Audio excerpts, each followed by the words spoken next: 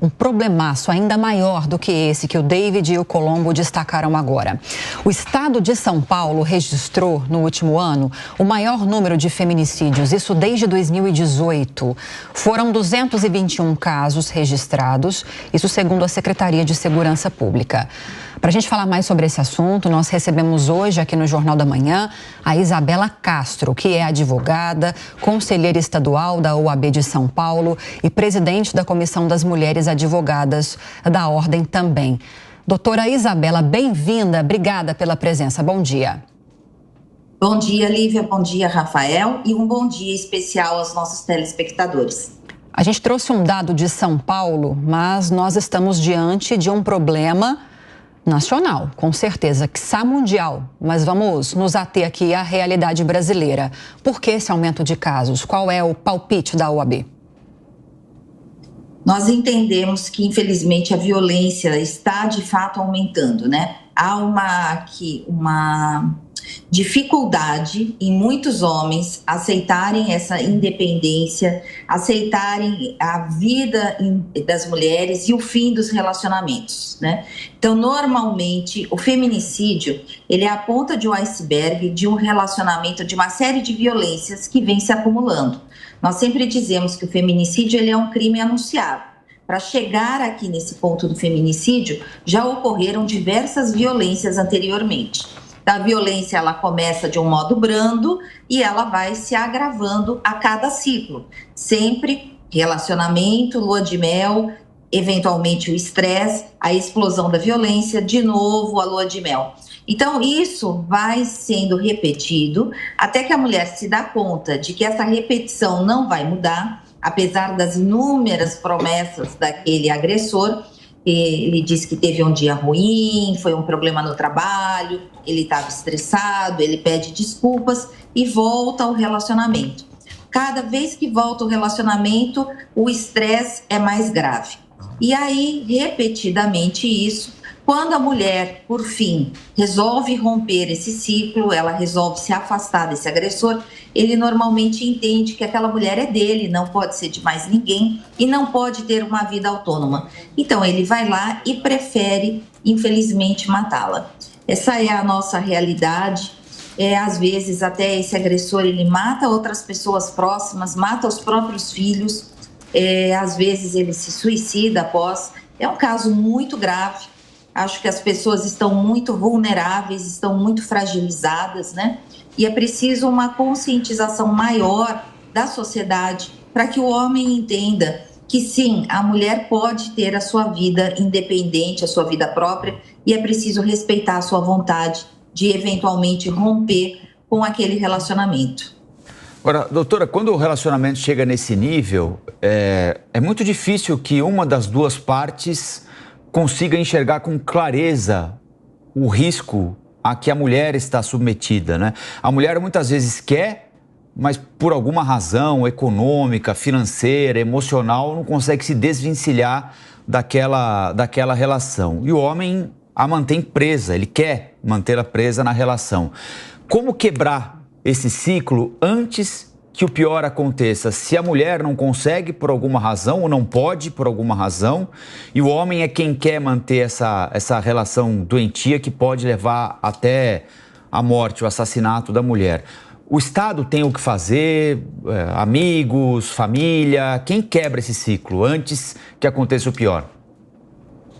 Você falou muito bem, Rafael, é importante que a gente meta a colher, né? Então, todos aqueles que estão próximos, a família, os amigos íntimos, que estão percebendo essa situação de violência, esse agravamento, precisam conversar com essa vítima, porque ela precisa ser orientada, precisa entender que ela está, sim, vivendo um relacionamento perigoso, ela está colocando em risco a vida dela, a vida das pessoas próximas a ela, e ela normalmente não se dá conta. E ela não se dá conta porque esse agressor, ele costuma ser manipulador, ele costuma ser sedutor, ele está sempre fazendo promessas para essa vítima, e essa vítima, seja por N motivos, mas normalmente a vulnerabilidade social e emocional, ela sempre aceita.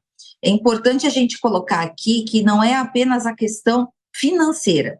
A questão financeira pesa muito, muitas mulheres se submetem a continuar o relacionamento porque não veem oportunidade de conseguir trabalhar, de conseguir ter renda própria, de sustentar a família, então ela continua, persiste naquele relacionamento doentio.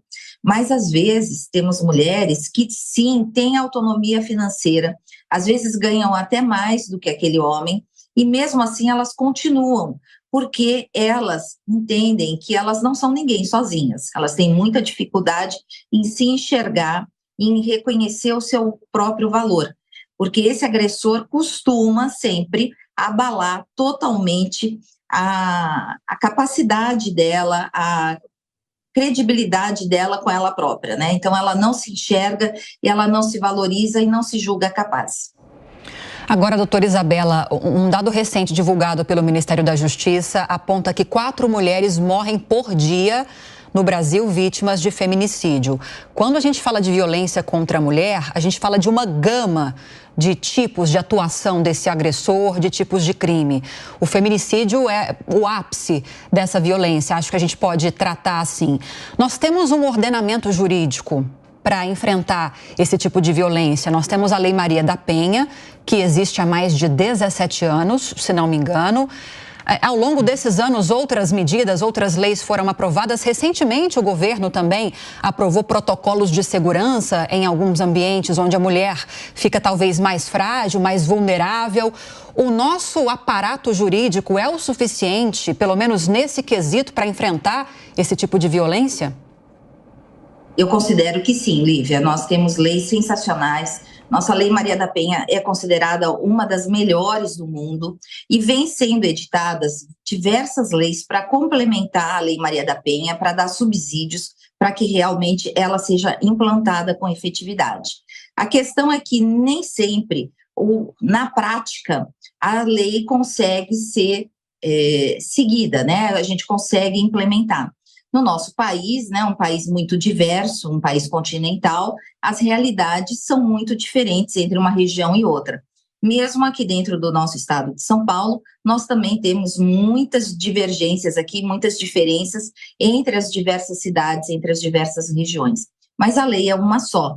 Falta investimento para que a gente tenha, de fato, delegacias funcionando 24 horas, equipe de assistência, equipe psicológica para dar apoio para essa mulher, né, que é muito necessário.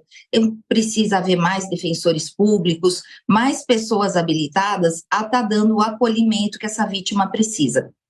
E muito mais ações de conscientização. Então, dou os parabéns aqui para o jornal de estar fazendo essa reportagem, porque é muito importante que a população toda tenha consciência de que todo mundo tem um papel nessa história. Então, é importante você estar sempre alerta, você estar aqui cuidando do seu amigo, do seu vizinho, do seu parente, e sempre perceber esses sinais, porque os sinais estão aqui. Então, assim, todo mundo vê que aquele relacionamento está doente, que aquele potencial agressor pode vir a cometer um feminicídio. Então, não vamos deixar chegar lá, porque o feminicídio é um crime não só contra aquela vítima, mas contra toda a família. Todos morrem um pouco, em especial os filhos, normalmente filhos até do próprio relacionamento, né? E aí, depois, a sociedade tem que pagar essa conta, porque esses filhos depois vão ficar muito prejudicados. Além de não ter a família, de não ter a base social ali, aquele apoio psicológico, aquele amor da mãe, do carinho, eles também ficam sem a pessoa para cuidar, para sustentar, né, para ser o provedor deles.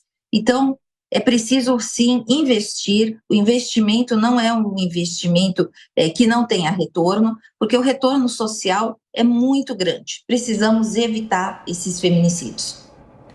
Doutor Zé Maria Trindade quer fazer uma pergunta para a senhora também. Olá, Zé Maria. Quero sim. Olha, doutora, pois não. O Distrito Federal também está com esse problema e esse ódio, essa violência chegou ao coração do poder.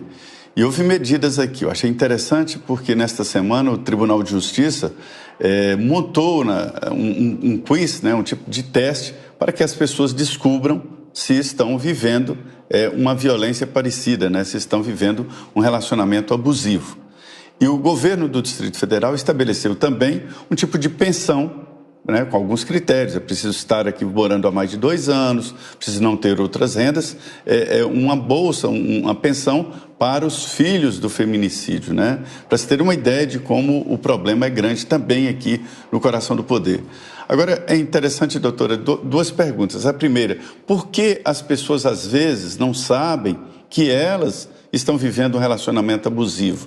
E, por outro lado, o aparato de saúde não identifica um agressor, um possível agressor, antes que ele cometa o crime? Infelizmente, não. Eu vi o quiz, achei o quiz sensacional.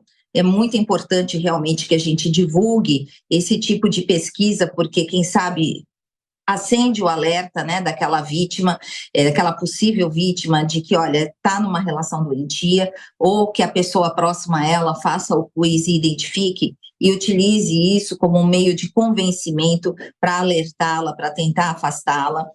E com relação à questão do serviço de saúde, é muito difícil, porque eu não vejo aqui, dentro do nosso sistema de saúde, um acolhimento para essa questão psicológica que tanto abala a sociedade. Com certeza, um agressor que pode chegar a cometer um feminicídio, ele não está bem de saúde mental. Então, ele está desequilibrado, sim, ele precisa de um apoio, mas a gente ainda precisa investir muito na saúde, ainda precisa desenvolver muito esse aspecto aqui de assistência psicológica à população.